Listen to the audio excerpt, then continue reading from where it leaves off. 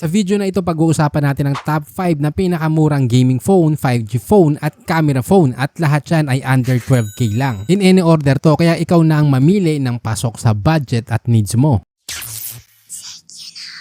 Sa top 5 kung gusto mo ng gaming phone na may magandang camera, andito ang Tecno Camon 20S Pro. May 6.67-inch Full HD Plus AMOLED 120Hz refresh rate, MediaTek Dimensity 8020 chipset, 8GB RAM at 256GB storage. Kaya din ito ang karamihan ng games basta sa medium settings. Kasama nito ang 5000 mAh battery at 33 watts charger. Naka 64 megapixel main camera with OIS at 32 megapixel front-facing selfie camera. Para sa other features, may stereo speakers, 5G connectivity at polymer graphene heat dissipation. May 1,673 reviews at rating na 5 out of 5. Mabibili sa presyong 11,599 pesos. Sa ating top 4, kung good-looking phone at AMOLED ang gusto mo, ito ang Itel S23 Plus. May 6.78-inch AMOLED 3D curved screen, Gorilla Glass 5, Android 13 OS, A616 processor, 50 megapixel main camera, 32 megapixel selfie camera, 5000 mAh battery at 18 watts charger. Marerecommend ko to kung ikaw ay naghahanap ng poging smartphone at mas madalas kang manood ng movies sa Netflix, YouTube, mag-social media at mag-selfie. Mabibili ang 8GB RAM at 256GB sa presyong 7,849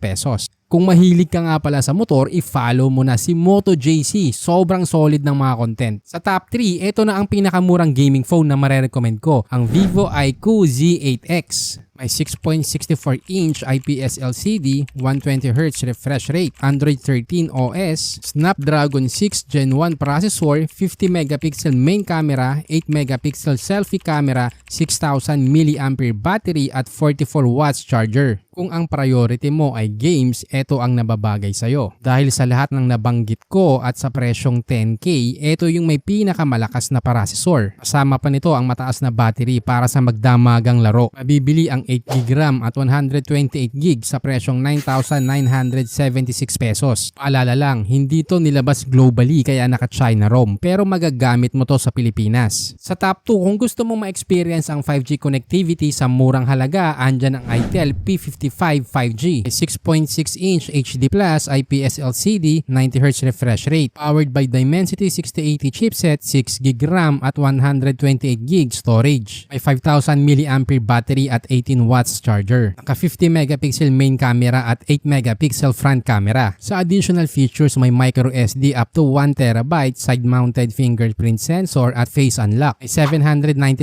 reviews at 5 out of 5 rating. Kung mahahabol mo ang sale, mabibili mo lang sa presyong 5,899 pesos. Ito yung tip ko sa'yo. Alamin mo muna kung available na ang 5G sa area mo at kung 5G capable na ba ang SIM card mo. Kasi kung hindi, 4G o LTE pa din ang masasagap mong network. Malaking advantage kasi ang 5G. Dito sa area ko, ganito kabilis ang 5G ng Globe versus sa 4G lang. Diba? Ang layo ng diferensya. Lahat nga pala ng links kung saan mo ito mabibili ay nilagay ko sa description at official yung mga yan. Huwag mo din kalimutan mag-subscribe kung nakatulong at nakitaan mo ng value ang channel na to. Sa top 1, kung naghahanap ka ng pang-araw-araw na smartphone at tight ang budget mo, andito ang Tecno Spark Go 2024. May 6.6-inch IPS LCD, 90Hz refresh rate, 3GB RAM, 64GB storage, Unisoc T606 processor, 13 megapixel main camera, 8 megapixel selfie camera, 5,000 mAh battery at 10 watts charger. Kapareho din nito ng specs ang Infinix Smart 8. Kaya depende na lang sa'yo kung ano ang magugustuhan mong kulay at design. May presyong 3,299 pesos. Kung isa kang rider o delivery partner na naghahanap ng quality phone, just click here.